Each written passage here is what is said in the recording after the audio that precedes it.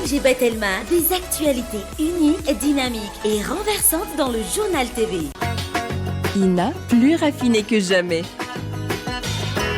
ITA, huilerie industrielle de Tamata. Lulchanao ni fampalalam Vaovao. Recherchez-vous l'élégance, le prestige et le style inimitable? Venez découvrir notre boutique des marques en Talmine. Vous présente Ni Vaovao.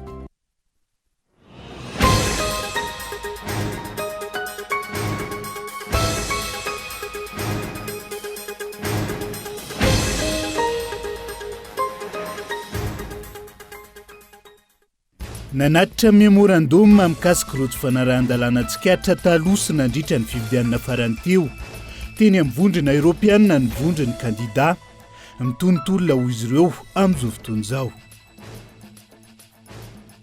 Miantso ny hery velona rehetra ny antenimera ny ray aman-dreny ara-drazana sy ny foko malagasy, anambatra ny hery ny hanavotana ny firenena eo ambany zoga amin'ny frantsay, araka ny fehiny fanambarana nataon'izy ireo tamin'ity androan'ity. Mbola manao fampelezan-kevitra hatrany ny fanjakana raha ny hita tao anatin'ny tedi-bola mpanjakana 422 natolotra minisitra tompon'andraikitra androany. Raha ny fampanantenana tao anatin'izay 5 taona izay no tanteraka, tsy toy izao Madagasikara hoy ireo solombavam-bahoaka. Tafiakatra 120 ireo olona voasambotra nondraraha fanapahan-dolona misa 4 tao amin'ny distrika ny Vondrozo. Tsy mbola fantatra ny antony anaovany tambazotra ny asa ratsy, saingy miendrika alatra loha mazava ny zava-misy any an-toerany. Miisa 120 ireo olona nalaina-kery ny vototra tao Gaza, raha toka gadra palestiniana 330 ihany koa no nahazo izay famotsoran'izay nanomboka ny alatsinainy alina, fihetsika izay tafiditra anatin'ny fifampirarahany Israel sy Hamas amin'izao fotoana izao. Ny antsiprian'izay.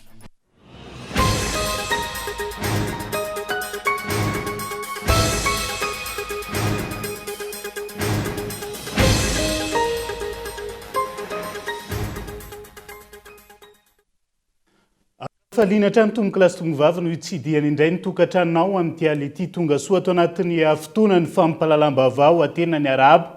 Manasanao ihany koa anaraka ny fampahalalam-baovao hatramin'ny farany. Hoentsika manokatra ny fampahalalam-baovao amin'ity ality dia nanatitra memorandum mikasika rojo fanarahan-dalàna tsikaritra. Taloha sy nandritra ny fifidianana farany teo teny amin'ny vondrona Europiana ny vondrony kandida. Tamin'ity androan'ity mitonontolona ho izy ireo ary miseho amin'ny endriny hafa indray zany amin'izao fotoana izao. Gaeton Andriatsilavo. Tsy ekena ny fifidianana, tsy ekena ny valim-pifidianana no ireo tsy fahatomombanana mialoha, nandritra ny fifidianana, ka tsy anekena ny vokatra, hoy ny vondrony kandida. Taoriny ny fiaonan'izy ireo tamin'ny vondrona Europeana ankoron-drano ny ariva teo. Fiaonana izay nametrana ihany koa ilay antona hoe memorandum no karakarainy ny collectif de candidats, maneho ny tsy fanarahan-dalàna rehetra izay misoniavy Madagasikara, indrindra ireo charte internationale. Mba nairana azy ireo ny tokony mba hitoizana izay hijanona Madagasikara anatin'ny tany-tan-dalàna izay. Ary ny aiky ry zareo raha ndresaka taminay fa betsaka ny zavatra tsy ara-dalàna, fa mamporisika foana izy ny tokony isiny ny fanatonana sy ny fampiresahana samy malagasy higadavana vahaolana, ary zareo dia vonona lalandavany amin'ny tanana amin'izay fampiresahana izay.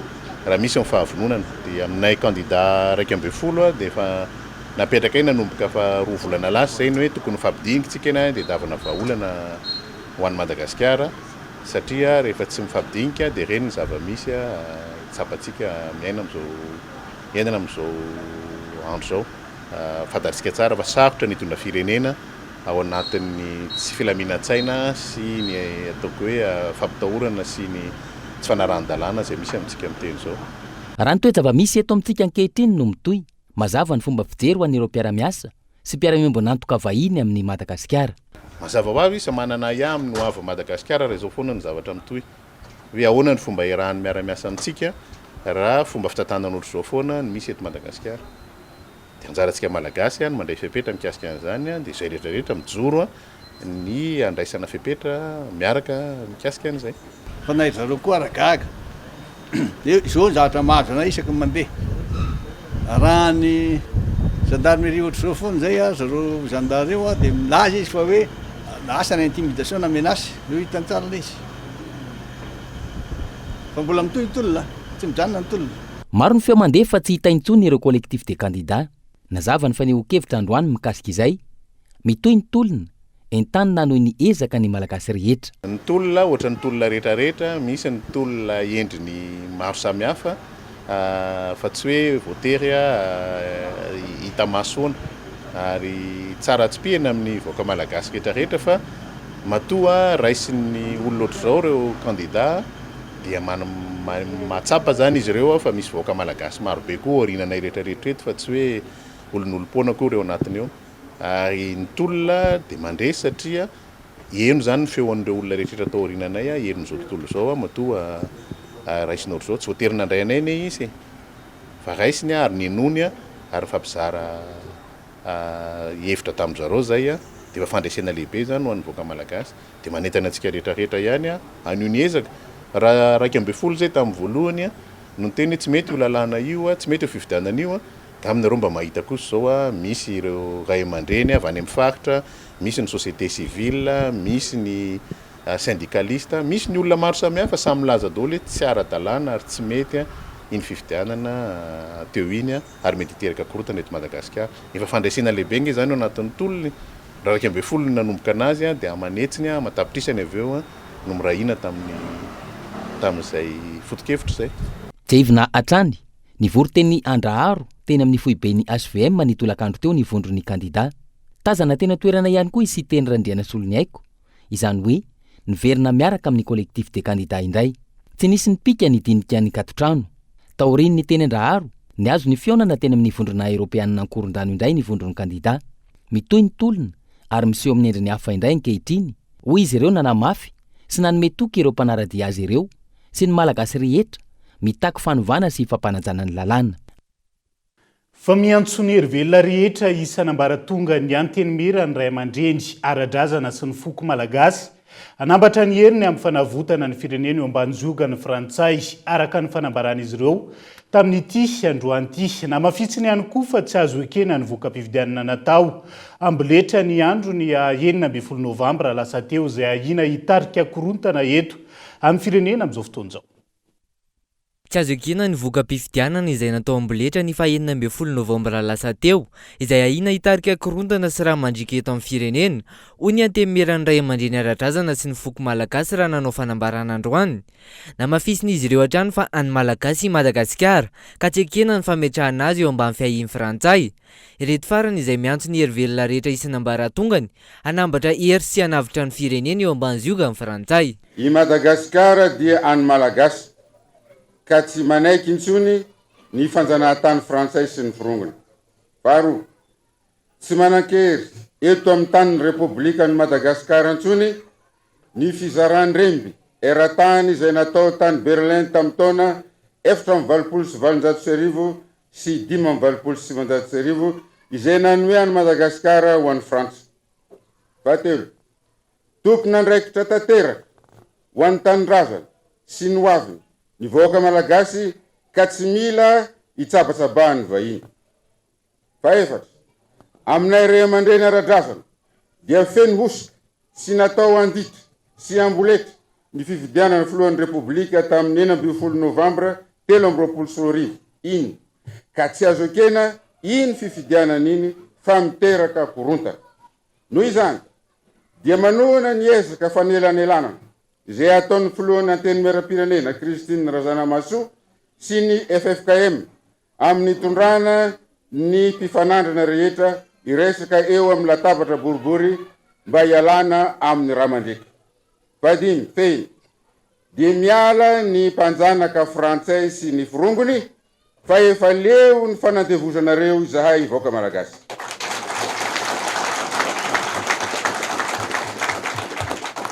Fahenina farany, dia miantso ny hery velona rehetra, ny olobe, ny mpanao politika, ny mpiasa-panjakana, ny tsy miankina, ny mpino kristianina, ny silamo, ny ara-drazana, anambatra ny hery anavitra ny Madagasikara. Tsy maintsy ho faranana ny tolona ho an'ny fahafahana ny Madagasikara eo ambany zioga ny frantsay nanomboka tamin'ny 47 raha nambaran'izy ireo hatrany.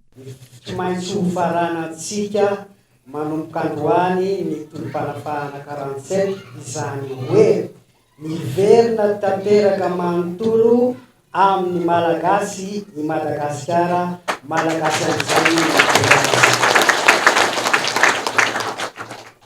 mety anahirana anareo ihany kanefa ambarako dia zao fa tsy maintsy ambaratsika amin'ny vahoaka frantsay ny eritreritry ny vahoaka malagasy ny amin'ny tanindrazana sy ny amin'ireo nosy manodidina ary tsy tokony hipetraka eto intsony fa tokony hodikely aloha ny diplomasia malaky ny frantsay fa amboatrany Madagasikara zay ary tsy tokony hiveriny eto izy raha tsy mamerina ny zay parsany nosy reka manodidina amin'ny Madagasikara amin'ny Malagasy.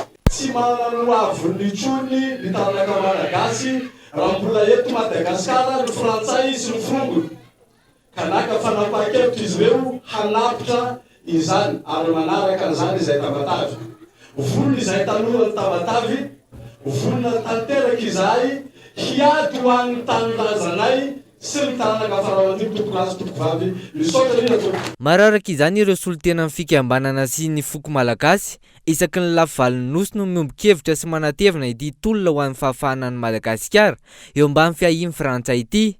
Ny fanindran-dalana tamin'izany nanatitra taratasy teny anivon'ny ACC na ny fitsarana avy momba ny lalam-panorenana ny antemeran'ny ray aman-dreny alatrazana ho fanesorana ireo vazaha eto amin'ny firenena. Nisy ihany koa ny fanaterana ity taratasy ity teny anivon'ny masivon'ny Frantsa teny Ambatomena. Izay zany ny faneho-kevitry ny ray aman-dreny ara-drazana manoloana ny raharaham-pirenena amin'izao fotoana izao fa mbola manao fampelezan-kevitra hatrany ny fanjakana raha ny hita tao anatiny teti-bolam-panjakana ho an'ny taona 2024 natolotry ny minisitra tompon'andraikitra teny amin'ny antenimera-pirenena teny Tsimbazaza tamin'ity androan'ity raha ny voasoratra sy ny fampanantenana tao anatiny izay 5 taona izay nitateraka tsy toy izao i Madagasikara ireo solombavambahoaka tonga teny an-toerana tamin'ity androan'ity onona saina. Mifototra amin'ny teboka telo lehibe ny nandrafetana ny vinakapobeny mamaritra ny fanatanterana ny teti-bolam-panjakana ho an'ny taona 2024 izay nampahafantarany ministra ny toe-karena sy ny fitantanam-bola androany teny anivon'ny antenimera-pirenena Tsimbazaza. Voalohany amin'izany ny sosialim-bahoaka, ny fanohanana ny maha-olona na ny capital humain, nahitana fiakarany 1.7 miliara ariary ny teti-bolam-panjakana tamin'ity taona ity raha ampitaina tamin'ny LFI 2024. Faharoa ny industrialisation, ny famoronana asa sy ny fanohanana ny sehatra tsy miankina izay nampiana 7.7 miliara ariary ny teti-bola ampitaina tamin'ny taona lasa. Ary ny teboka fahatelo ny fitsinjaram-pahefana sy ny fanjakana tsara tantana ka nanambaran'ny ministra fanampiana 940 isanjato ny fanohanana ny commune.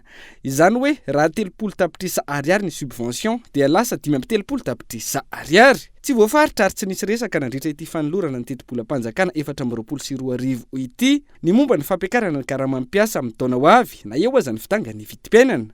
Ankoatr'izay, miroso amin'ny famoahana didi-pitondrana, décret de basculement de crédit aorina raha miova tanteraka ny firafitry ny gouvernemanta ho avy hoy ny ministra. Ny taona 2024 izay vinain'ny fanjakana fa hiakarany arkarena Vaovao ho 4.5 isanjato. Pasika ny arkarena Vaovao indray kosa no asitsika resaka dia azo vinavinaina ahatratra 4.5 isanjato zany ho an'ny taona 2024 raha toa ka heverina ho 4 isanjato ihany zany amin'ny faran'ny taona 2024. Raha ny fidiram-bola kosa no asiteny dia ankoatra ny famatsim-bola vinavinaintsika ho azo avy amin'ny mpiara-monina dia vinavinaintsika ihany koa hiakatra ireo vola miditra avy amin'ny hetra anatiny sy ny eny ambaravarana ka hatratra 10 milliards 179 millions point 71 izany vola voaray amin'ny hetra anatiny izany. Izany moa dia ahitana fiakarana eo amin'ny 3.7 isanjato raha oharina ny taona 2024. Ho an'ny filohan'ny voameran'ny fanombanana ny politika panjakana raha Arsodroas Eleonora, tsy hita soratra mazava tao anatin'ireo boky mirakitra ny teti-bolam-panjakana 2024 ny maridrefy mazava ahafahana manombana fa hisy fiantraikany mivantana amin'ny vahoaka ny vina izay napetraka. Tsy mifantoka amin'ny fenitry ny fanombanana sy voasoratra ara-taremarika sy tondro voalaza ihany koa tao anatin'ity teti-bolam-panjakana 2024 ity raha ny fanazavana. Hovain'ny mpitondra amin'izay mahamety azy ireo taremarika. rehefa manokatra ohatra ny document de performance nazavain'ny ramatoa ministra teo moa mikasika an'izay dia tonga dia misy teboka anankitelo tsy mahazatra loatra hoe novaina indray ny perspective ny vinavina kasika ny vokatry ny toe-karena 220 novaina ato anatin'ity LFI 2024 ity dia nisy fanovana ihany koa ny tetebolo ny inona moa zany vinavina 220 320 dia misy elanelany be zany hoe le vinavina natao sy ny vokatra tena izy taty arina ny 220 novaina tamin'ny 220 mbola novaina amin'izao fotoana izao dia hoe tena misy tsy fahaizana na tsy fifehezana ve ny toe-karena fitantanana ny toe-karena ataony ao anivon'ny ministera mahatonga an'ireny ary tsy voavinavinan'izy ireo angambany hoe ho farahidin'ny fahantrana Madagasikara ankehitriny raha ny taremarika navoaka ny eo anivon'ny banky iraisam-pirenena dia samy nahita isika fa Madagasikara indrisy no firenena farany mahantra indrindra amin'izao fotoana izao voafesatsy ny fitantanam-bola mpanjakana ho iatrany ny fanontaniany ny filohan'ny voamera ny fanombanana ny politika mpanjakana taoriny ny fanolorana ny teti-bola mpanjakana ho an'ny taona 2024 dia misy filazana hoe nisy fiovana zany ny vokatra netiny fitantanam-bola efa lasa tamin'ny taona teo aloha sy tamin'ny taona 2024 ity conditionnel no ampiasain'izy ireo nefany efa teti-bola efa nampiasaina dia mbola mampisy ny ahiandray mandeha azoko atoronareo moa izy atao anatin'ny teti-bola ato hoe tena io marina ve zany tena mitombona ve zany fa maninona mbola atao conditionnel nefa ny zavatra efa vita le izy réestimation de la croissance économique pour 2022 zany hoe croissance économique tamin'ny 2024 ny resahana eto tsika zao 2024 zany hoe zavatra tokony efa ho fantatra dia mbola misy hoe afficherait zany hoe mbola tsy atokisana zany mbola atreto zany mbola tsy fantatra hoe tena io zay sa tsy tena io ato zao izy mametraka hoe performance mitigée. Une performance ne peut pas être mitigée. Une performance, c'est un exploit ou un résultat remarquable. Et quand on dit que c'est mitigé, c'est donc un exploit ou un résultat remarquable. Mitigé, ça veut rien dire. Ankoatrio, raha ny fanikevitry solombavam-bahoaka hatrany, sora-bola no hita mipopoka fa baraingony mbola ahitany fanjakana izany, manoloana izao toedra raha misy eto amin'ny firenena izao. Araka izany, ny eo ihany no eo hoy ny fanikevitra izy ireo. Zay ilo tsy manantena fa ahoana ny azakazahana ny zavatra 5 taona fa tsy manjary. Haiko mba izy 5 taona koa antenaina amin'izany fa tsy zavatra antenaina zany. Teo azy izy nandrany ataony votsao izy fa milaza fa voafidy-bahoaka zao ve tsy ho bebe ino koa no ataony tsy ho ratsy kokoa no inona ataony. Amiko aloha dia karazana sarisariny fotsiny ampandriana ny agisan'ny vahoaka malagasy reny. Tsy ampandriana ihany fa tsy mova ny fomba fiasa satria ny antony mbola be dia be ny vangongo ao amin'ny présidence ny budget. Zany hoe tranao décentralisation zany any agny amin'ny décentralisation ny anona zany. Ohatra social zany be dia be ny paritaka zany anana social zany fa tsy ao am-ponina fotsiny zany. Ny social indrindra ny fahasalamana ao amin'ny agriculture. Social daholo zany amin'ny agriculture zany tokony ampiana koa raha ohatra ny social. Kanefa ny fahitana ny présentation zany dia ohatra ny mbola vola kakafitra ny présidence foana ny betsaka ny vola. Io sora-bola moa io sora-bola io satria natonga anazy nampitombo an'ireo zany amin'izao prévisionnel zao dia mba tsy hanaovany ny additionnel ohatra ny fataony rehetrarehetra. Ohatra ny fiainana hatramin'izay raha ny tiako fehezina zany hoe raha io sora-bola io zany dia mipetraka amin'ny mahasora-bola anazy io fa sisy impact amin'ny fiainam-bahoaka. Zava-dehibe hamaritra ny fitantanam-bola eto amin'ny firenena mandritra ny taona iray no hodinina nefa atao amin'ny fomba fiasa anatin'ny ankamehana hatrany hoy ireo solombavam-bahoaka 30 andro no fetrandro ilaina tokony andinihana sy andalinana ny tetibola. Latsaky ny 2 andro nefa no anatanterahana izany satria ny alakamisy 30 novambra izao no andanina izany mandritra ny fivoriana azo ny besin'ny maro atrehina. Tsy marina ny filazana fa ny 30 oktobra teo no nametrany ity tetibola ity teny anivony antenimieram-pirenena ho iatrandreo solombavim-bahoaka. Ny ankamaroan'ny solombavim-bahoaka izay ny fahafarany herinandro teo vao naharay ny filazana fa efa azo alaina ny LFI 424. Androany no novakian'ny ministra nanoloana ireo solombavim-bahoaka latsaky ny 70 tonga nanatrika ny fivoriana izany. Avy eo niroso avy hatrany tamin'ny asambomera ary ny alakamisy izao no irosona ny fandaniana ny tetibolam-panjakana ho an'ny taona 422. Fa tsy nitsahatra ny totongana hatrany ny arikarena fahobean'ny Madagasikara raha ny tao anatiny roataona farany. Taratra ny tsy fahomby aza ny politika ara-toekarena napetraky ny fanjakana malagasy io ary zao miantraika amin'ny vantana amin'ny isa tokantrano zao ihany koa ahina indray. Ny fihinany amin'izao fotoana manoloana ny olana sedrainy ireo orinasa tsy miankina sy ny krizy politika misy eto amin'ny firenena amin'izao fotoan'izao honina saina. 4.3 isanjato ny vinavina napetraky ny tetibolam-panjakana na simpantsina ny taona 2022 raha ny resaka arikarena fahobe ny ena ho 4.2 isanjato izany araka ny voarakitra taminatin'ny tetibolam-panjakana 2022. Nambaran'ny ministeran'ny toekarena sy ny tetibola tamin'izany fa noho ny ady misy eo amin'ny Ukraine sy Russia no antony fahadisoana sy fienany ny kajy napetraky ny fanjakana io. Nambara tamin'izany ihany koa fa 4.7 isanjato io arikarena fahobe io an'ity taona ity ary neverina anatratrarana izany ny fahatongavan'ireo mpampiasa vola avy any ivelany araka ny vina napetraka hatrany. Tsy izany anefa no zava-nisy fa tao anatin'ny fahasahiranana ny toekare-pirenena ary 4 isanjato ihany ny tratra araka ny nampafatary ny ministra ny toekarena sy ny tetibola androany teny Tsimbazaza nandritra ny fanolorana ny tetibolam-panjakana ho an'ny taona 2022. Izany hoe ny ena 4.7 isanjato tamin'ny nambara eritaona lasa izay ny arikarena fahobe. Araka ny fanajavan'ny tompona andraikitra dia noho ny olana geopolitika misy maneran-tany amin'izao fotoana izao ny any Moyen-Orient ady misy eo amin'ny Israel sy Hamas no nisy akony eto amintsika ka tsy nahatratrara ny tanjona napetraky ny fanjakana malagasy io. Trangaroa no mampanary mety ampidina indray ny vinavina napetraky ny fanjakana ho an'ny arikarena fahobe araka ny hita tao anatin'ny volavolana tetibolam-panjakana 422 izay napetraka ho 4.5 isanjato. Voalohany amin'izany ny olana sedrain'ireo orinasa misehatra eo amin'ny fanodinana lamba eto Madagasikara izay fantatra fa very mpanjifa noho ny fikatonany ankamaroan'ireo orinasa Europeana mpandray ny entana ahondratsika. Fikatonana izay vokatry ny takaitra navelan'ny COVID-19. Eo ihany koa ny fahasimban'ireo fotodrafitrasa sy ireo seha-piarina maro noho ny fandalovan'ny rivodoza sy ny olan'ireo seha-piarina ireo. Manampy ireo ny toedrara politika misy ankehitriny noho ny firoson'ny fanjakana sy ny senita amin'ny fifidianana natao amboletra faranteo.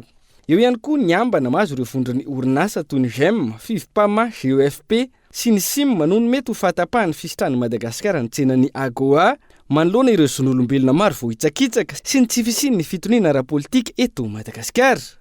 Ity raharaha ity izay iandrasana ny fahatongavan'ireo iraka manokana sy loholona avy any Etats-Unis ny fanombanana sy ny fandraisana fanapa-kevitra momba izany.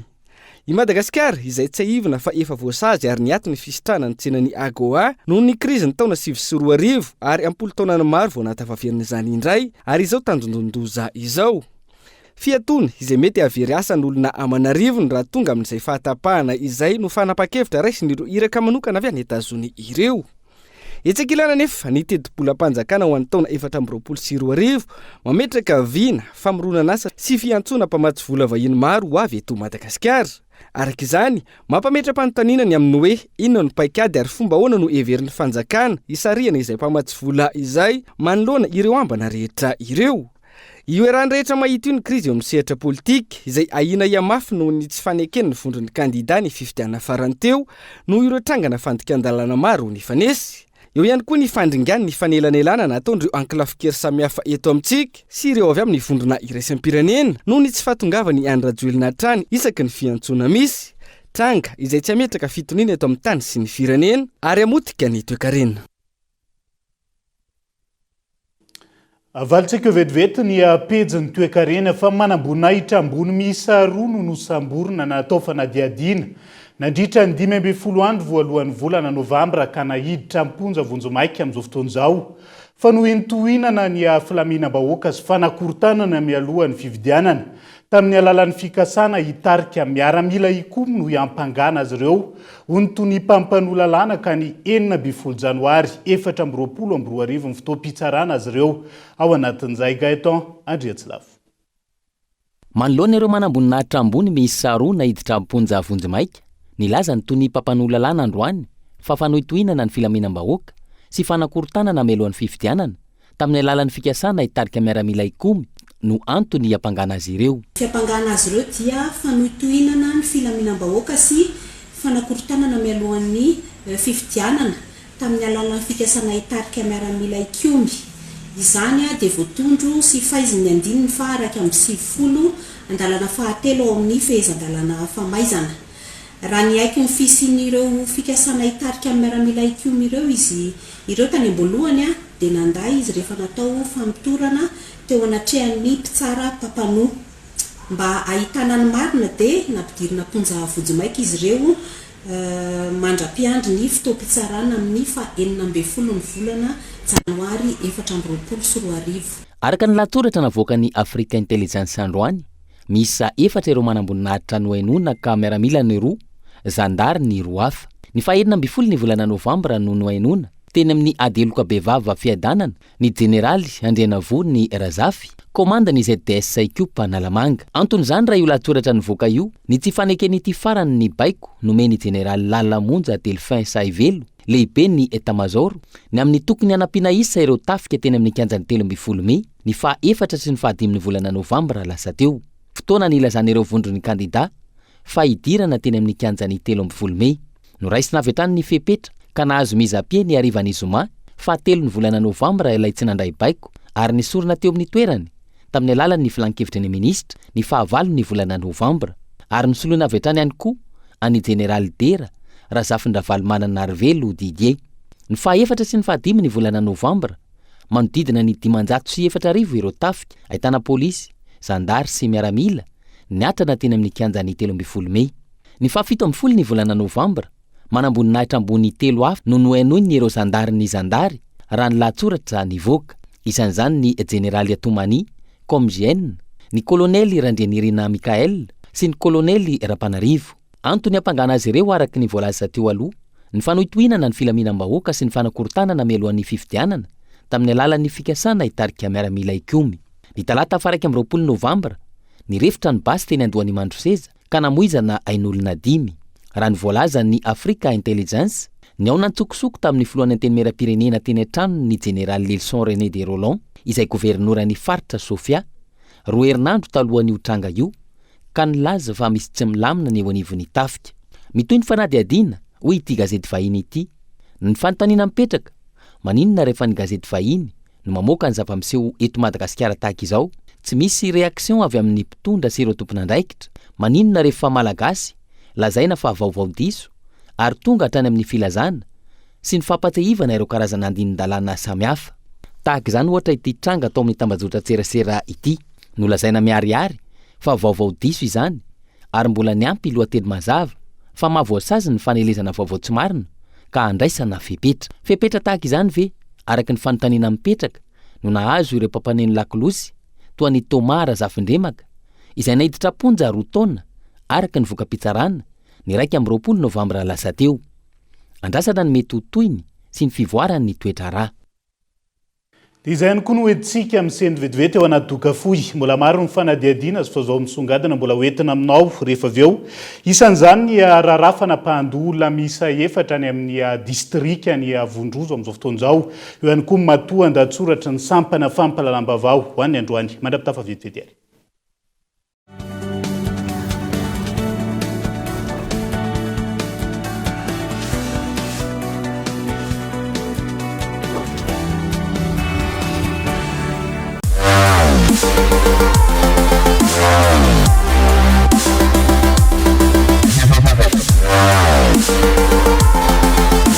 Découvrez de nouvelles sensations. La Fibre Go est chez vous pour 99 000 par mois. Oui, vous avez bien compris, 99 000 seulement. Abonnez-vous vite en Télémashop.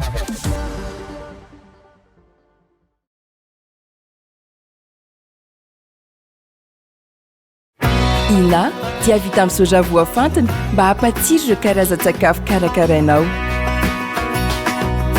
Ny menaka ina dia ahitana oméga 3 sy oméga 6 ary ara-pahasalamana no ny otrikaina entin'ny soja. Ina ilay menaka manome tsirony nahandronao isan'andro.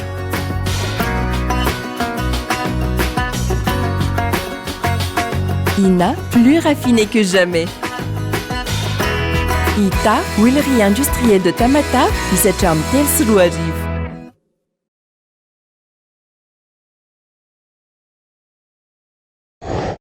Briquet Bic. Comptez sur Bic.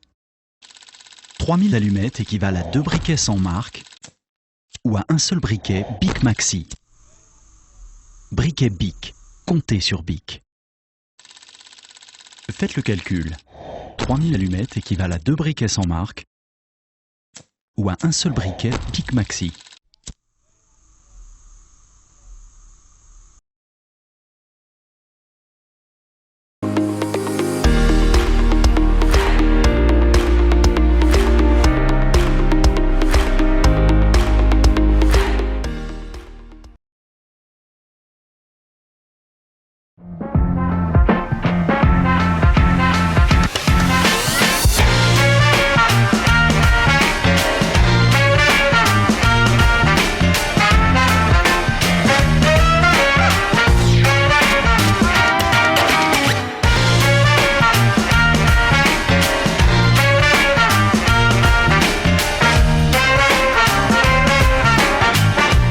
Sady sy téléphone miaraka amin'ny Aigle d'Or.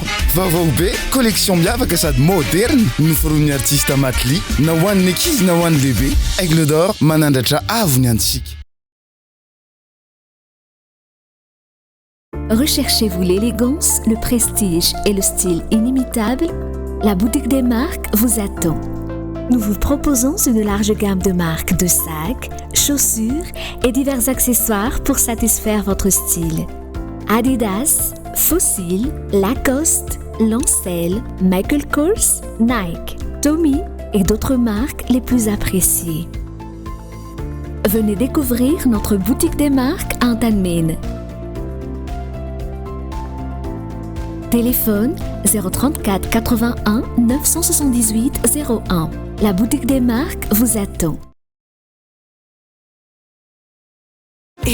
Fahilako mon premier yaourt ihany hono ny azy yaourt vita malagasy azo avy amin'ny ronono no nikarakarain'ny Fahilako ilay namana akaikin'ny neny yaourt natokana ho an'ny ankizy manampy azy amin'ny fitombony be protéine ery mitondra ny vokatsoa natoraly ny ronono sy ny tsara indrindra avy amin'ny kombam-barim-bazaha sady matsiro no malefaka ery Fahilako mampitombo ny ankizy amin'ny mpifaliana foana.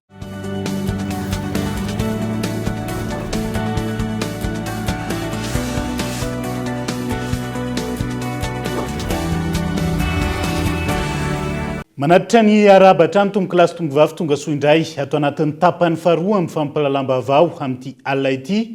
Mizarazara be ihany ny vokatry ny fanaramaso nataon'ireo fikambanana iraisam-pirenena mahakasika ny fividianana teto Madagasikara farany teo amin'izao fotoan'izao. Ireo izay efa nanao tatitra teo aloha ny laza fa nandeha araka ny tokony ho izy ny fividianana. Nanizy aza ny antso fifampidiniana teo amin'ny ankolafo politika rehetra hisorohana ny krizy. Ankilan'izay ireo fikambanam-be iraisam-pirenena roa hafa izay taratara vao naneho ny heviny. Nanakihana mafy ny zotra-pividianana ny OIF sy ny Transparency Internationale ihany koa izay naneho tsy ampiambambana fa fividianana feno osika fividianana ny vidianana olona no nisy teto Madagasikara ny andro ny 12 Novembre asa isy fiantraikany ambesiny maro ny fanambaran'ireo fikambanana roa lehibe ireo. Matoa andatsoratra. Ny OIF dia fikambanana iraisan'ireo firenena amin'ny teny frantsay ary manana fiaraha-masamatotra amin'ny Madagasikara amin'ny mampikambana feno antsika ho anatin'ity vondrona lehibe ity. Raha tsy hivina, efa nandray ny lalaon'ny frankofônia isika ny taona 1777 ary efa nandray koa ny feonana tampony ny OIF ny taona 1912. Ny OIF dia iray eo amin'ireo fikambanana toteny eo amin'ny sehatra iraisam-pirenena mpamatsy volan'ny Madagasikara amin'ny fividianana. Maniraka delegaciona isaky ny misy fividianana eto mba hanao tantsorika sy anaramaso. Saingy fanakanana mivaivay no nataon'ny OIF mahakasika iny fividianana tamin'ny 12 Novambra iny. Ny transparency international indray kosa dia fikambanana iraisam-pirenena tsy miankina fa toteny mihitsy amin'ny fanaraha-maso ataony eran-tany momba ny ady amin'ny kolikoly. Izy no manome isa ho an'ny iraisam-pirenena ny tahany ady amin'ny kolikoly. Samy mandray ny tandrify azy avy ny firenena ary manitsy izay meloka sy manatsara izay efa mety. I Madagasikara manokana dia tsy mitsaha mihembotra ny ady amin'ny kolikoly. Isan'ny nataon'ny Transparency International antondra rà ny fifidianana teto amintsika farany teo iny ka nahitany fa feno kolikoly, feno tsy fanaran-dalàna, feno fifidianana mpifidy, feno fampiasana fitaovam-panjakana, feno fanerena ampiasam-panjakana. Nagaga ny Transparency International mihitsy aza ny karazana firaisana tsy kombakomba nataon'ny fikambanana iraisam-pirenena izay nilaza fa ara-dalàna iny fifidianana iny kanefa tena raha nahita hoy izy ireo ny zava-nisy. Loabava mihitsy aza ny Transparency International fa rehefa inona vao iteniny tsy mety ny mpanara-maso. Nahitsy mihitsy ny fanambarana fa misy firaisana tsy kombakomba teo amin'ny mpikarakara fifidianana sy ireto fikambanana iraisam-pirenena ireto.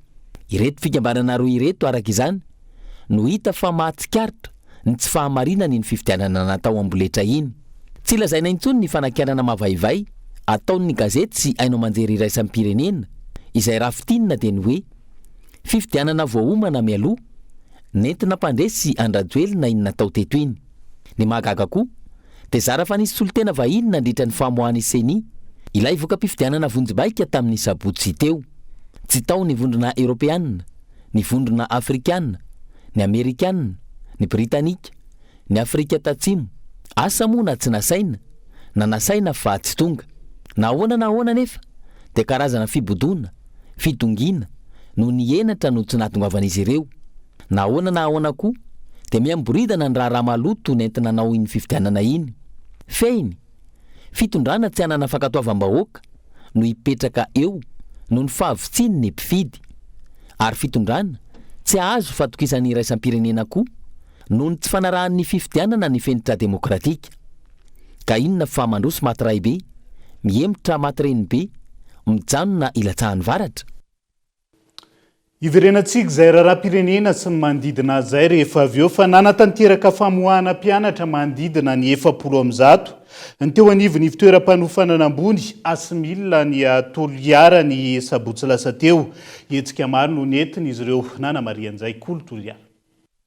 Mpianatra manodidina ny 700 misalotra ny anarana hoe Sunshine no indray navoaka teo anivon'ny ivitoeram-panofanana ambony asimila izay nanaraka ny sapam-piofanana teny vahiny sy informatika. Mazava ny tanjona ho an'ity ivitoerana ity dia ny hanohana ireo tanora ho afaka hiantsehatra avy hatrany eo amin'ny tontolon'ny asa.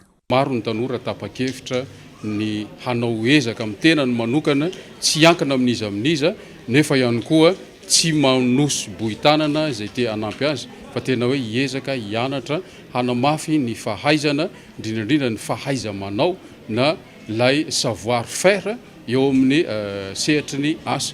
Niezaka izahay atao anatin'izay nanome tanana na mpianatra nanofana nanabe ihany koa dia nafinaritra dia ity hoe tena mianatra ny ankizy ary tena lina ary manana vokatra tsara isika dia miantso ireo tompona orinasa, miantso ireo atao hoe isika rehetra mandraraka mitady ekipa, mitady olona iara-iasa, tanora eo fa tanora tena azona iantoka. Ampy traika ifandrantovina eo anivon'ny asimila hoy ireo andian'ny Sunshine ka na dia eo aza ny ady sarotra amin'ny fiainana dia tsy mahasakana tsy hamiratra araka ilay anarana Sunshine.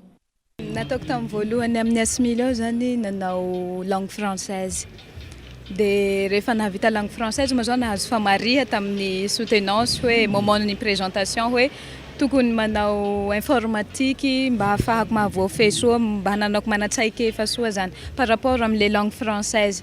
Dia nanapa-kevitra zany aho na dia somary sahiratsihirana aza satria kamboty ny tena dia nanapa-kevitra zany ary nivavaka mafy hoe mba hitadrala afahako miatsiky cours informatique. Isaoran'Andriamanitra zany fa tena hoe sady fa ela zany naniry hoe mba hahay informatique, mba hahay langue. Dia mazava ho azy moa fa atao amin'ny asimily ty nahaizako ary nahazahoako maro-pahaizana ambony indrindra. Laha ny fampianarana ao amin'ny asimily tsy hoe zany tena hoe nahazo dia mahay miresaky fa tena eo anaty sain'Andriamanitra zany ivolanako hoe mahay rozy ary mahafapo mandrisika antsika iaby zany mba ny tanora hianatra ao amin'ny asimila ary hanana mpahazotoana mandrakariva. Ankoatry ny fianarana teny vahiny sy informatique, misy ihany koa ny fianarana ambony amin'ny sampana management et leadership au développement sy ny développement marketing et communication. Ny fiofanana misy ny ray volana sy tapany ho an'ny informatique fa misy ihany koa ny tsy maintsy valovolana ho an'ny langue. Ny valovolana moa zany napetraka ny ministère iny fa ao ny 3 volana efa-bolana efa misy zavatra tsapanao. Ny manokana ao anatiny dia isika izay manana baka dia rotaona misy fianarana azona ny diplôme de technicien supérieur ao amin'ny asimila. Isan'ny nampiavaka ity fotoana ity ny fanomezana fakasitrahana manokana ho an'ny mpianatra sy mpiasa mendrika indrindra toy ny vola sy ordinateur portable. Eo ihany koa ny fampahafantarana ireo tetikasa novokarin'ireo mpianatra eo anivon'ny asimila sy ny hetsika maro samihafa.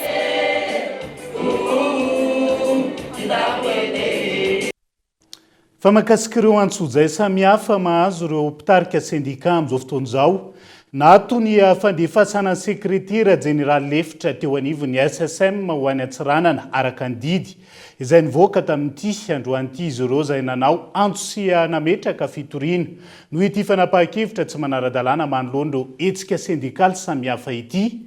Nanamafy hatrany teo anivon'ny SSM na solidarité syndicale de Madagascar fa faninjena fa tany no atao amin'ireo mpitarika sendikaly amin'izao fotoana izao. Fanaparam-pahefana sy antsonjaina atao amin'ireo sendika izay samy joro any tsy fanaran-dalàna eto Madagasikara ho ny SSM. Androany, nivoaka ny didy mikasika ny raharaha izay nitorian'ny SSM manoloana ny fanaparam-pahefana natao tamin'ny fahamarazafy mahazo mpitolona sendikaly sady sekretera jeneraly lefitra teo anivon'ny SSM. Ny antsojaina io zany zao nanjoako satria efa naprojena teo amin'ny toerana nisy azy chef de division tamin'ny 25 volana oktobra. Dia avy eo indray azy zany nahazo an'ilay décision hoe affecté any amin'ny antenne de Go tamin'ny 24 volana novembre. Dia nandeha androany moa zany ny fitsarana ny raha toa ka tsy nahazo rariny tamin'ilay abrogation tamin'ny voalohany.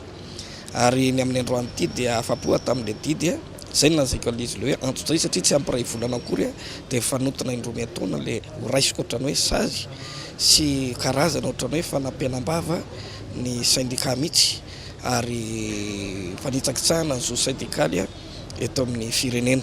Ka zay no mahatonga miantso sy miangavy ary manandratra itona hoe mba aoka mba hitsahatra amin'izay ny antsojay atao amin'ny mpitarika sendika sy syndikalista fa mandinika zavatra tokony atao izy amin'ny tombotsoan'ny asa sy ny tombotsoan'ny mpiasa.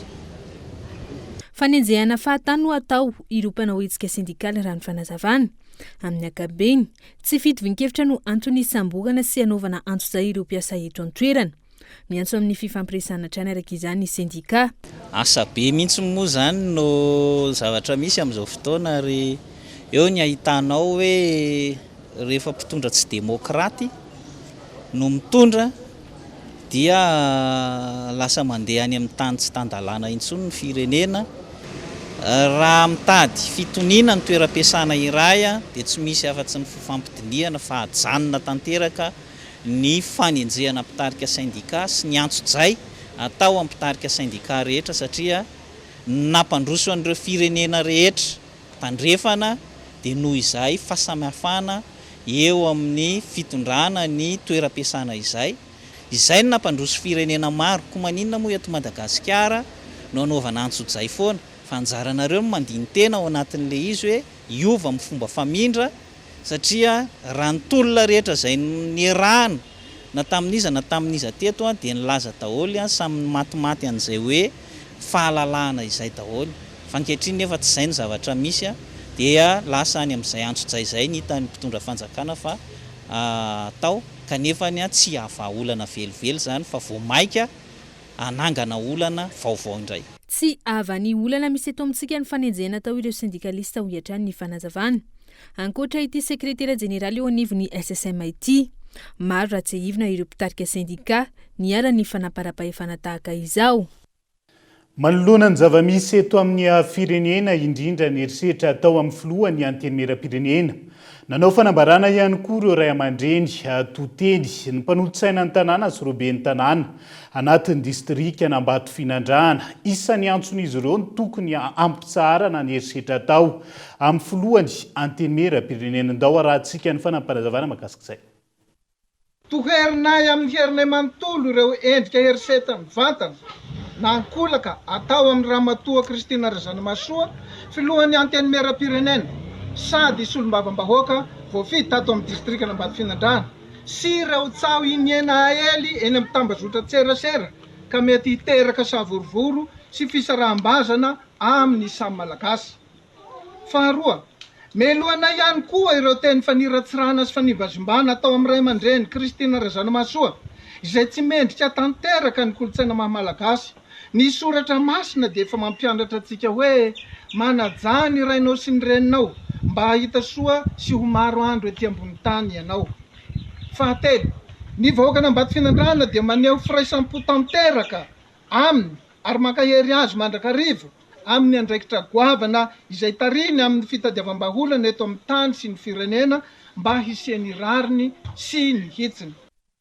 Iverenantsika vetivety ny tontolo ny fividianana maro ny tsy fahatombanana hita ny aloha indrindra ny androny fividianana ny 9 Novembre teo hoy ny firaisamonim-pirenena Tamampirapi na ny tambazotra malagasy misehatra amin'ny raharaham-pividianana avy ao tolany aro izay nanao tatitra ihany koa tamin'ity androan'ity natao tao anaty amboletra raha ny fehiny fanambaran'izy ireo ny fividianana natao ny androny 9 Novembre lasa teo.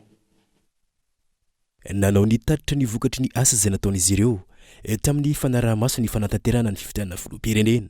Nefa 9 Novembre lasa teo ny fikambanana Tamampirapi na ny tambazotra malagasy mpisehatra amin'ny raharaham-pividianana izay isan'ireo firaisamonim-pirenena misehatra amin'izany fividianana izany avy ao taolagnaro ireny voatra ny faritra anosy tamin'ity androany ity. Nambaran'ity fikambanana ity fa maro ny lesika hita nandritra ny fanatanterana ny fividianana filoham-pirenena iny na noezahana natao tao anatin'ny amboletra aza ny asa rehetra izay natao. Nisy ihany koa ireo kandida izay tsy mizaka intsony ny zoam-pirenena malagasy no mbola afaka nirotsaka ho fidiana indray. Tsy ampy fiofanana ny membre de bureau de vote hanga tsy mahafy tsara ny asany. Ka nisy tamin'izy ireo no tarabe izay vao nahavita ny PV. Nisy ny bureau de fividianana nisokatra talohan'ny fotoana. Dia nisy ihany koa ny somary taratara. Niarihary loatra koa ny fividianana ny safidin'ny mpifidy ka nampanatenaina fa ho tambazana vola tosika fameno raha mifidy andray kandida. Vokatra izany dia maro ireo vehivavy no mirotra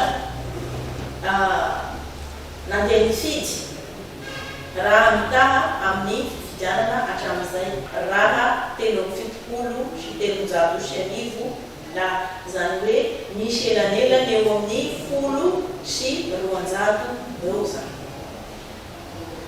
Tsy azo antoka ihany koa nanisany ny voka-pividianana raha nambaran'ity fikambanana firaisamonim-pirenena ity ka ahina amin'ny mety hosika maro samihafa. Raha ny kasika resultat ndray no resana dia hita fa tsy misy sécurisation ny résultat mandeha tongotra amin'ny lalana kilomètre maromaro ireo membre de bureau de vote fa tsy misy fiara mamitondra azy na mba endrikendrika fa fijerenany zany mba tsy ampisy aniaky na olona misokatra amin'izany résultat zany eny an-dalana. Tsy misy mpanara-maso rahateo koa mba manaraka an'izany fitondrana n'izany voka-pividianana izany avy any amin'ny bureau fividianana makany amin'ny CEP. Tsapa ihany koa fa ny fanavaozana ny lalàna-pividianana dia ilaina satria toa misy zavatra mbola tokony ho ampidirina ao nefa mbola tsy tafiditra. Tamin'ny faritra miisa 12 distrika 7 commune 7 ary biro-pifidianana 7 no niasa ny fikambanana tamin'ny alalan'ny fanaramaso ny fifidianana izany tamin'ny faritra miisa 12 distrika 7 ary commune miisa 7 ary biro-pifidianana 7 no niasa tamin'ny alalan'ny fanaramaso ny fifidianana ny fikambanana tamampirapi na ny tamazotra malagasy mpisehatra amin'ny raharam-pifidianana avy ao taolagnaro ity. Trangam-piarahamonina tafiakatra 12 ireo olona voasambotra nondraraha fanapahan-doha olona miisa 4 tao amin'ny distrika ny Vondrozo ny herinandro lasa teo. Tsy mbola fantatra mazava ny antony nanaovany tambazotra ny asa ratsy amin'izao fotoan'izao saingy miendrika halatra loha tsotro izao ny zava-misy any an-toerana raha ny fanadiadiana. Von'olona amin'ny fomba feno abibina tsy fahita nandritra ny taona maro no niseho tao amin'ny distrikany Vondrozo. Faritra tsy mandrefana nandritra ny herinandro raha ny fanazavana avy amin'ny solombavam-bahoaka. Efatra ireo olona niaran'izany hatreto. Ny 7 Novembre, zaza 9 taona no lasibatra voalohany tao Mazavalala Manambidala ary tsy mbola hita ny lohany hatramin'izao. Toy izay ihany koa ny nahazo ny ramatoa iray tao Miarinarivo Andoharano ny 12 Novembre. Ny 15 Novembre, lehilahy indray no lasibatry ny asa ratsy tao Matsinjokely. Ankoatr'izay, ny tranga tao Tanandava Andoharano mahakasika vehivavy iray izay nitarika ny fanatsikafonana ny tambazotra. Le izy tapahan'jareo le lohan'le olona dia hoentiny manaraka azy le loha, zany hoe tsy hita eo ny vatan'le olona ihany zany nitratra eo. Nisy anankiray zay nahafahana nahatratrarana an'ireo olona ireo, dia nisy anankiray tsy azon'le olona le loha efa tapaka fa tsy azony satria nisy nahita izy nanao an'le action, dia izy zany nitsoka dia tsy lasa ny an-tany zany le lohan'le olona. Dia iny zany no nahafahana nanaraka azy sy nahafahana nafantatra zany hoe nafantatra ny réseau io zany amin'izao fotoana izao. Dia hatramin'ny omaly zany efa nisy ny olona tratra, efa niaiky ny atsony moa zareo zany fa mbola mandeha zany ny fanadiadiana, mbola maro ny karohana. Dia rehefa voatazona ao amin'ny gendarme daholo moa zany ireo olona ireo amin'izao fotoana izao. Niainga avy amin'izay ny nanafainganana ny fanadiadiana ka 12 ireo voasambotra hatramin'ny androany hoy ny solombavam-bahoaka. 7 ny lehilahy ary vehivavy ny 2. Na tsy mbola fantatra mazava ary araka izany ny antony anatanterahany ity tambazotra ity ny asa ratsy, hita soritra ankehitriny fa alatra lotsotro zao ny tranga any an-toerana. Ny antony aloha mbola tena ao anatin'ny fanadiadiana tanteraka amin'izao. Ny antony efa maninona zareo manao azy fa izy aloha tena ny endriny any dia alatra lohan'olona, zany hoe tsy famonoan'olona le izy fa tena le lohan'le olona mihitsy no ilainy zareo, alainy zany le izy. Dia zay zany aloha no fomba fahitana azy. Ny fomba fijery azy aloha zany dia ohatrin'ireny acte terrorisme reny, fa ny enquête zany no ahafahana mahafantatra hoe inona ny tena fototra zany ao ambadika le izy.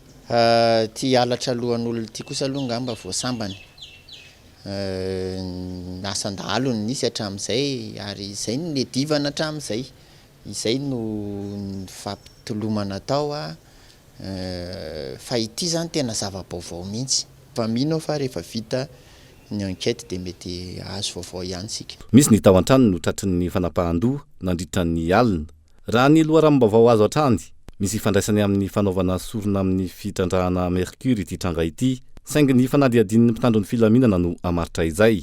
Tsy mandry fahalemana ihany koa ankoatr'izay ny commune Analaiva, distrikany Morondava. Andian-dahalo mirongo fitaovam-piadiana no nanafika tao Antevamena, tokony ho tamin'ny 5 ora maraina, ary omby maherin'ny 300 no lasa. Nanaradia avy hatrany ny mpitandro ny filaminana sy ny fokon'olona ka raikitra ny fifandonana. Vokany, dahalo 3 no lavo raha toa ka tafaverina ireo omby. Ialana tsiny ho an'izay rehetra mety hotohina tamin'ny sary mavesatra tao anatiny ny fanadiadiana iny.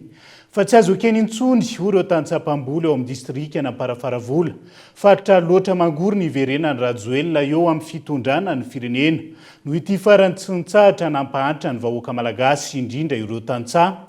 izay no isany antony mampitsangana azy ireo amin'izao fotoan'izao anohana ny foto-kevitra rehetra hiadiana amin'izay fampahantrana izay io ihany koa ny tsy fanarahan-dalàna arin-jadona eto amin'ny firenena amin'izao fotoan'izao. Daniela Mino Arso.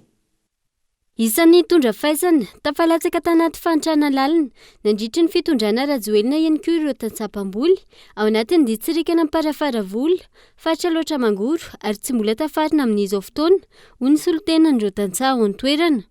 Antony tsy anekeny intsony ny iverenan'ny rajoelina hitondra ny firenena no ity farany tsy nitondra fampandrosoana fa vao maika nampahantra ny tantsapam-boly hoetrany ny solotenan'izy ireo.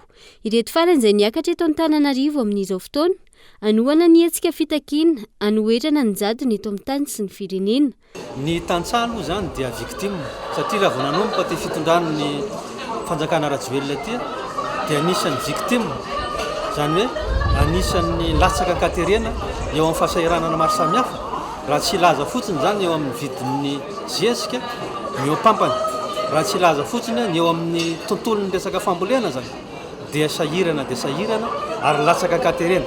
Eny fa na dia eo ary lajanahary noho ny fitondran'Andriamanitra eo amin'ny latsaka rotsakorana maro samihafa dia anisan'ny nampahantra ary tena nampahantra tanteraka ty fitondrana rajoelina ty. Amin'izao ny fotoana zao nefa dia hita miseho sy mirangaranga sahady fa ilay olona nampahantra anazy teo indray no mbola mitady hiverina amin'ny fitondrana. Ka izay no mahatonga ny solotenan'ny tantsaha eny an-tanàna manohana an'izay foto-kevitra ialana amin'ny fahasahiranana sy ny jadona indrindra ny tsy fanaran-dalàna amin'ity firenena. Ankilany miatonga saina tsy kelikely ihany koa amin'izao fotoana ireo tantsaha ao anatin'ny distrikana Amparafara-vola hoetrany ny solotenan'izy ireo. Porofon'izany ny tapan-draisana anjara tamin'ny fifidianana filoham-pirenena no tanterahana ny alakamisy 9 Novembre teo iny. Manoloana ny fifidianana izay natao raha ny tantsahany atoerana manokana zany no jerevana dia manodidididina eo amin'ny 13 ka hatramin'ny 15 ny ny fahavitrin'ny olona zany nandeha nidatsabato tany amin'ny Brodevoty. Ny antony dia mazava be satria voalohany moa zany nisy ny toromarika avy tamin'ilay collectif de candidat tsy tokony hifidy isika satria feno mosoka sy alatra io fifidianana io. Dia zay voarainy nireo tantsaha ireo tamin'ny alalan'ny radio sy ny hainoman-jary samihafa ary niatra teo amin'ny fiainana ilay fianjakana ny tondra dia zay no natonga an'ireo olona ireo tsy naritsika nanao an'ilay fifidianana zay. Ankoatra ireo tantsapam-boly vary ao amin'ny faritra loatra mangoro saika nitondra faisana nandritra izay 5 taona nitondran'ny rajoelina izay ihany koa ireo tantsaha maro manerana ny nosy. Tsy ampy ny rano ahafahana mamokatra, tsy misy ihany koa ny fahalemana ahafahana miary amin'ny mpilaminana raha tsy avokoa ny lalana moana izay vokatra kely azo sy ny maro hafa. Ireo rehetra ireo no mila fanovana ka mahatonga azy ireo ilaza fa tsy ekeny intsony ny fampatrana ireo tantsaha malagasy.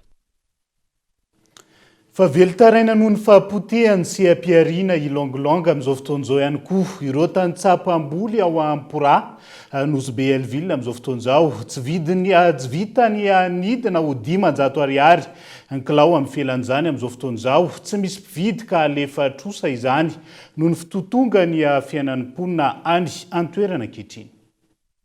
Ankoatra ny sehampiariana lavanilina, potika tsikelikely ihany koa amin'izao fotoana ny sehampiariana ilangilangy izay fotom-piveloman'ny mponina ao Ampora nosy be Elville. Raha ny fitaraina n'ireo tantsaha 500 ariary no andafosana ny 2 kilao amin'ny felana ilangilangy ao an-toerana ankehitriny. Raha natratra 700 ariary ny vidin'ny 2 kilao talohan'ny taona 724.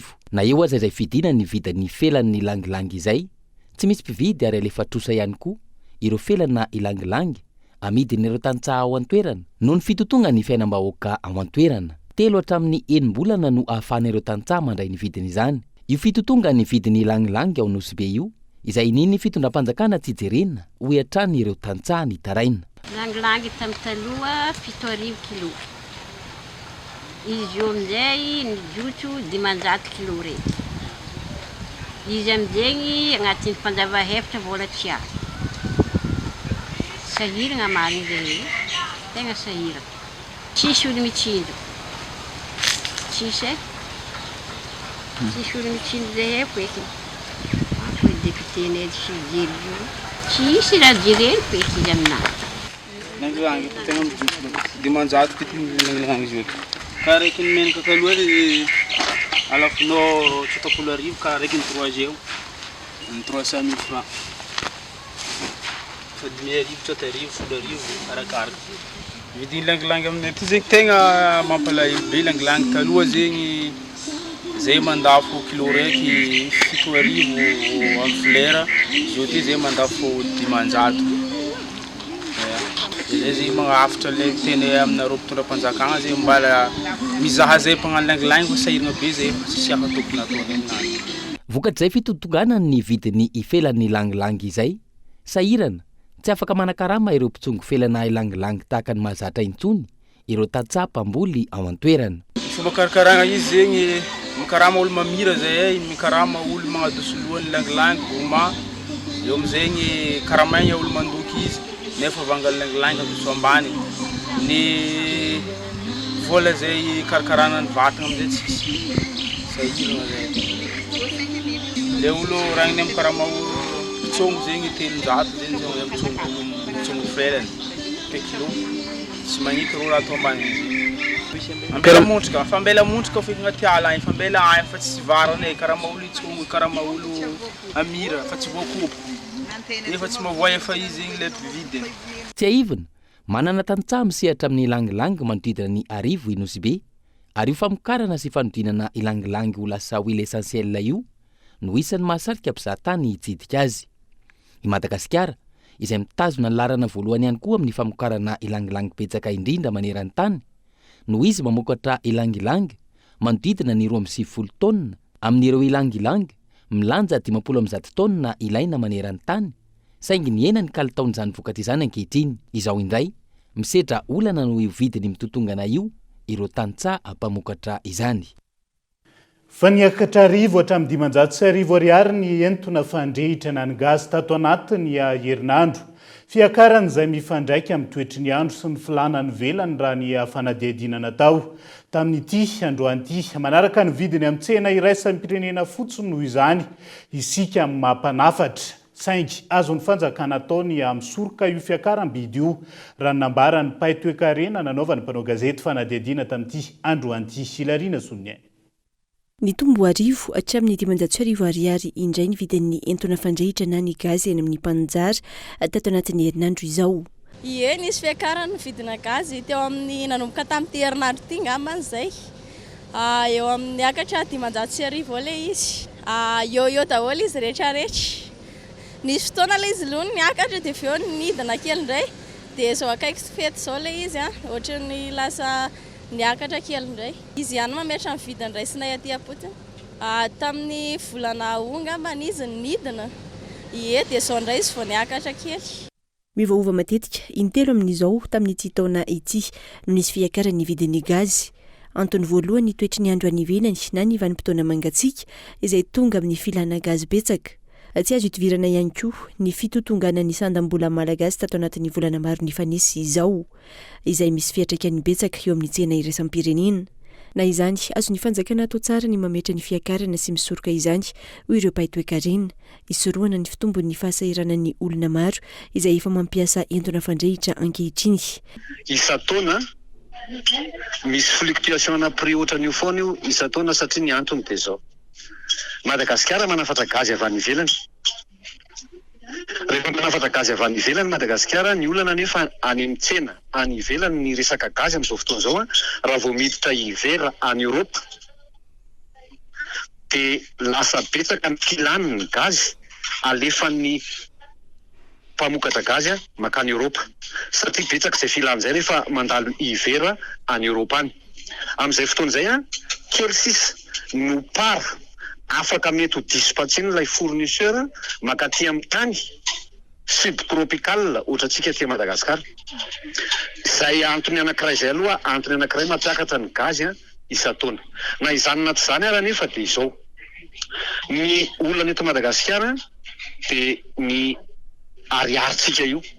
Io ariaritsika io tsy manana sofla mihitsy mihoatra amin'ny tsena iraisam-pirenena no itsika ilay tany tsy afaka mamokatra fa itsika tsy dia manana vokatra tsara loatra dia manana endrika ratsy ilay ariary milatsaka foana ilay ariary tratran'ilay marché interbancaire devise. Ila jeren'ny fanjakana tsara akaiky rehefa mandalo fotoana tsy maintsy hiakaran'ilay vokatra anankiray ohatrany gaz dia tokony misy fepetra raisin'ny fanjakana manoloana ny fiakarany zany satria misy fiantraikany any amin'ny tokantrano tsirairay izay mampiasa gaz eto Madagasikara.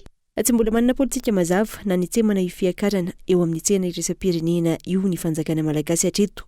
Antony mahatonga ny fiakarana miatra avy hatrany raha vao manova ny vidin'ny gazy ny any ivelany. Fiakarana izay efa tafakatra hatramin'ny 500 ariary ankehitriny ary ahina ny mbola hiakaran'izany indrindra manoloana ny fitotongana ny sandam-bola malagasy. Lafomba vao hafa zava-maniry maro no mahaliana ireo orinasa lehibe any ivelany eto Madagasikara. Isan'ny sankana mampiemitra ireo mpandraharaha vahiny ankilan'ny tsy fampiarana ny afitsipika APA na ny accès partage des avantages ho ireo tompon'andraikitra amina tetikasa samihafa. Ny olana izay efa fantatr' ireo tompon'andraikitra saingy inina tsy jerena hatramin'izao. Hoy ny fanazavana Nela Ranevson. Mahery ny 500 ireo karazany zava-maniry hita eto Madagasikara, akoatra ireo fa ny karazany zava-maniry izay mampiavaka manokana ny firenena. Hatreto, vitsy amin'ireo vokatra ireo fa no voatrandraka ary vitsy ihany koa ny manondrana izany. Maro nefa ireo mpandraharaha tehitra eto Madagasikara sy mikasa ny hanondrana ireo saingy tsy mifanaraka amin'ny fitsipika iraisam-pirenena ny zava-misy eto Madagasikara.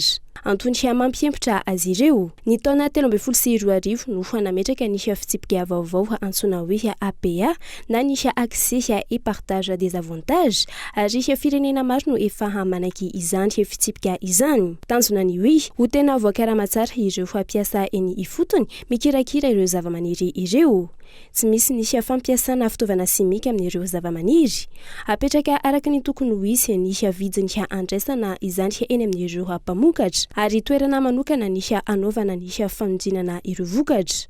Raha ny eto Madagasikara manokana tsy hita ireo fepetra ireo ary mitazam-potsiny ihany ireo tompon'andraiky mpanjakana no ireo fepetra ireo entina hiadiana amin'ny kolikoly. Ny olana voalohany dia tsy fahafantarany zareo any mitolotra antsika. Misy tsy mahafantatra akory an'izany hoe aiza Madagasikara. Misy koa mahafantatra hoe manana vokatra be dia be tsika. Fa misy ny tena mbola tsy mahafantatra fa ilay efa mampalaza ny Madagasikara ihany fantatra zareo, ny kakao, ny lavanila, ny jirofo, vitsivitsy nefa tena betsaka ny tokony hoentina eo amin'ny sehatra iraisam-pirenena. Ilay tsy fahafantarana aloha izany ny iray fa eo koa ny olana iombonan'ny sehatra rehetra eto Madagasikara angamba. Ny réglementation, ny lalàna mifeha, ny fandefasana amin'ilay entana satria tsy dia tena ohatran'ny mandefa entana tsotra mandefa an'ilay zava-maniry na efa transformé izy na semi transformé fa misy lalàna enjana kokoa noho ny sasany. Orinasa maro manana ny lazany any ivelany no maniry aka ireo ankora fototra eto Madagasikara raha ny fanazavana saingy olana ny tsy fahafenona ny fepetra takiny eo amin'ny tsena iraisam-pirenena. Mihitsy ry zareo fa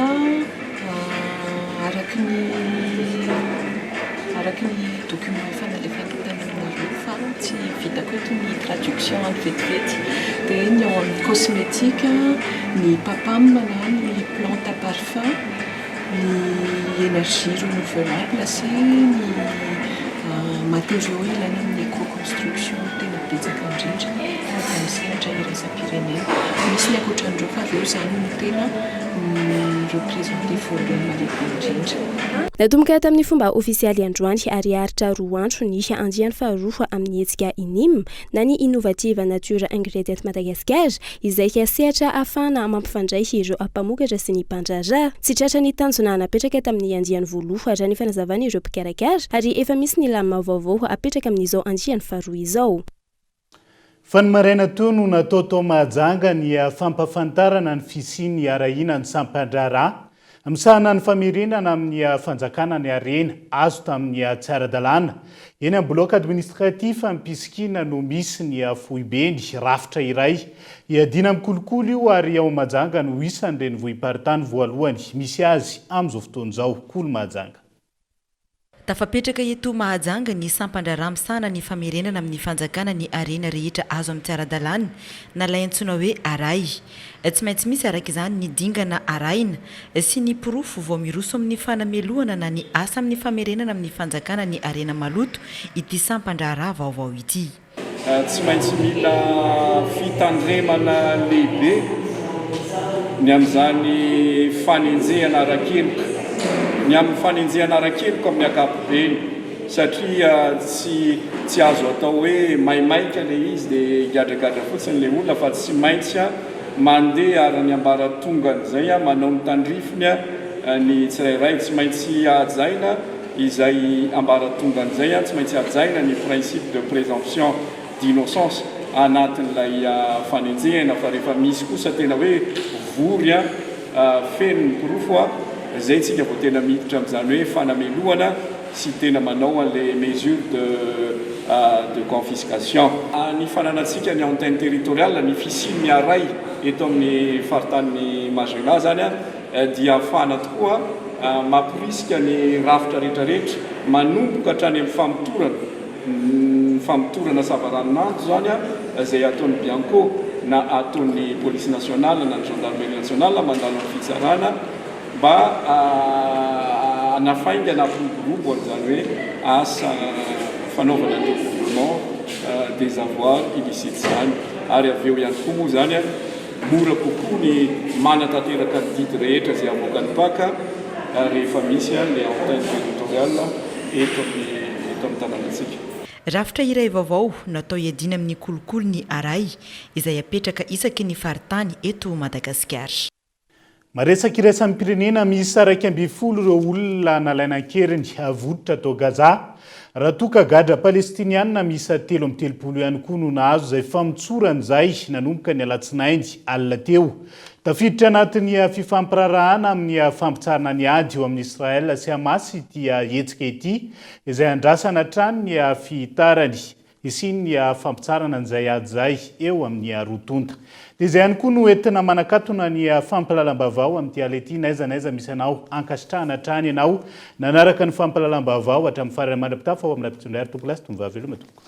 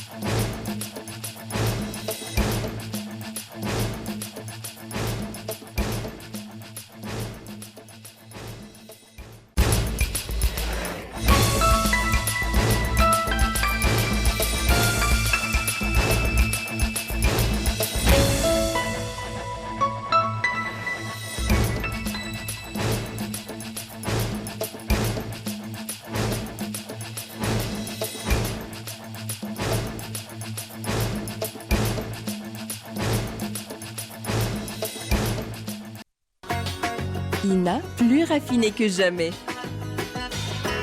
ITA, huilerie industrielle de Tamata, vous a présenté Vaovao. 5G Batelma, des actualités uniques, dynamiques et renversantes dans le journal TV.